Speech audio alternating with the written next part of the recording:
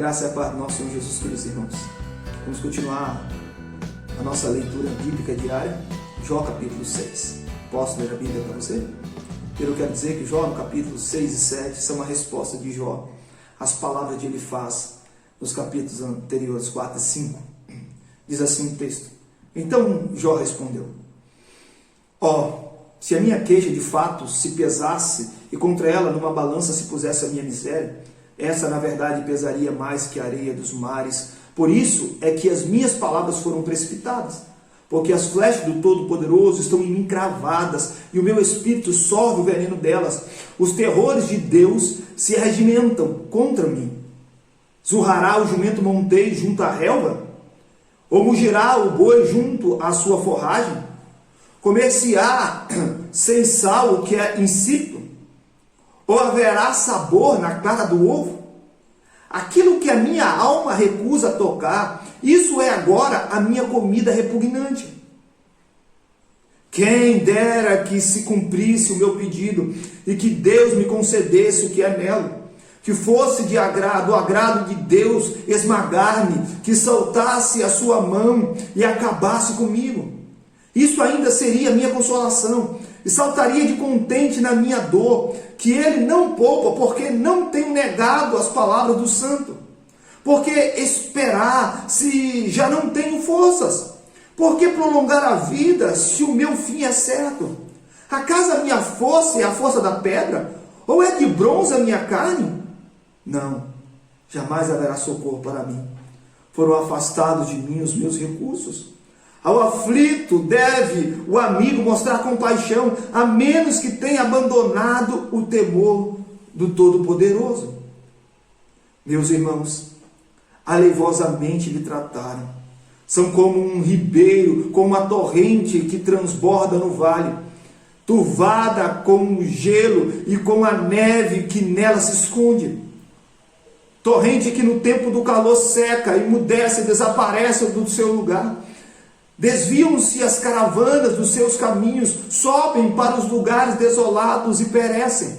As caravanas de Temá procuram essa torrente, os viajantes de Sabá por ela suspiram, ficam envergonhados por terem confiado, em chegando ali confundem-se. Assim também vós outros sois nada para mim. Vedes os meus males e vos espantais.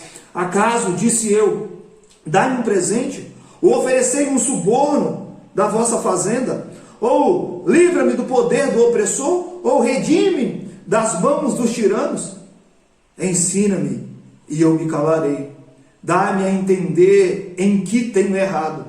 Como são persuasivas as palavras retas, mas que é o que repreende a vossa repreensão. Acaso pensais em reprovar as minhas palavras ditas por um desesperado ao vento? Até sobre o órfão lançareis sortes e especulareis como vosso amigo? Agora, pois, se sois servidos, olhai para mim e vede que não minto na vossa cara. Tornai a julgar, vos peço, e não haja iniquidade. Tornai a julgar, a justiça da minha causa triunfará. A iniquidade na minha língua. Não pode o meu paladar discernir coisas perniciosas? Essas são as palavras de Jó no capítulo 6. Veja, queridos, até então, somente Elifaz havia falado, nenhum dos outros amigos. Mas Jó percebeu que Bildade, Zofar, os outros amigos, concordavam com ele, que ele dirige essa resposta a todos os seus amigos. Nenhum dos amigos identificou-se com aquilo que Jó estava passando, física e emocionalmente. Uma coisa era assentar ao lado dele, outra bem diferente era sentir o que ele estava sentindo. Para começar, eles não sentiram o peso do sofrimento de Jó. E Jó reclama isso do versículo 1 ao 3 do capítulo 6. Não é de se admirar que Jó tenha falado de modo tão enérgico. Seus amigos teriam feito a mesma coisa se estivessem carregando fardo como ele. Na verdade, o que Jó fala com eles, eles o acusavam sem conhecer. Eles colocavam um peso sobre as costas de Jó sem saber o que estava acontecendo. Seus amigos também não entenderam a amargura do seu sofrimento. Isso ele reclama do versículo 4 ao 7. Jó se sentia como um alvo contra o qual Deus atirava flechas envenenadas. E esse veneno amargurava o seu espírito, eles não poderiam entender isso. Jó tentou fazer o sentido do desespero da sua situação, do versículo 8 ao 13. Jó não conseguia enxergar uma esperança futura neste mundo, por conta de tudo que ele passava. E numa atitude corajosa, do versículo 14 ao 30, Jó lhes mostrou a ineficácia de suas ações contra ele. Não tinham piedade dele, nem tentavam suprir as suas necessidades. Eram como um corvo seco no meio de um deserto. Então veja, eles serviam apenas para decepcionar a Jó, como um corvo seco decepciona os viajantes. Eles não conseguiam consolar a Jó com as palavras da verdade, porque compreenderam equivocadamente a condição que Jó vivia. Veja, irmãos,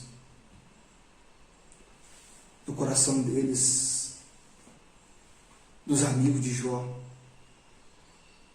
estava uma ideia de que Jó tinha alguma coisa contra Deus para sofrer o que sofrer. Que Jó queria que eles unicamente se colocassem no lugar de Jó. Nesse momento, Jó traz a eles a ideia de que se vocês sentissem o que eu estou sentindo, passassem por que eu estou passando, talvez vocês entenderiam. As palavras ao vento que lancei. Então veja, irmãos, as palavras de Jó revelam uma coisa. Revelam o desconhecimento dos amigos da situação que Jó enfrentava e a busca de Jó por entendimento dessa situação. E deixa eu dizer uma coisa para vocês. Jó não saberá o que aconteceu nos capítulos iniciais do seu livro. Ele vai morrer e não vai saber. O que Jó precisava entender é que ele precisava confiar em Deus. Veja, amados, é assim que nós devemos agir. Às vezes as respostas jamais chegarão de maneira clara e objetiva a nós, como nós queremos, mas nós devemos confiar em Deus.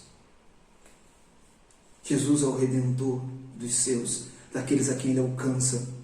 Ele é o Redimidor. Ele nos traz uma nova vida. E essa vida também há adversidades. O próprio Jesus disse que no mundo temos aflições.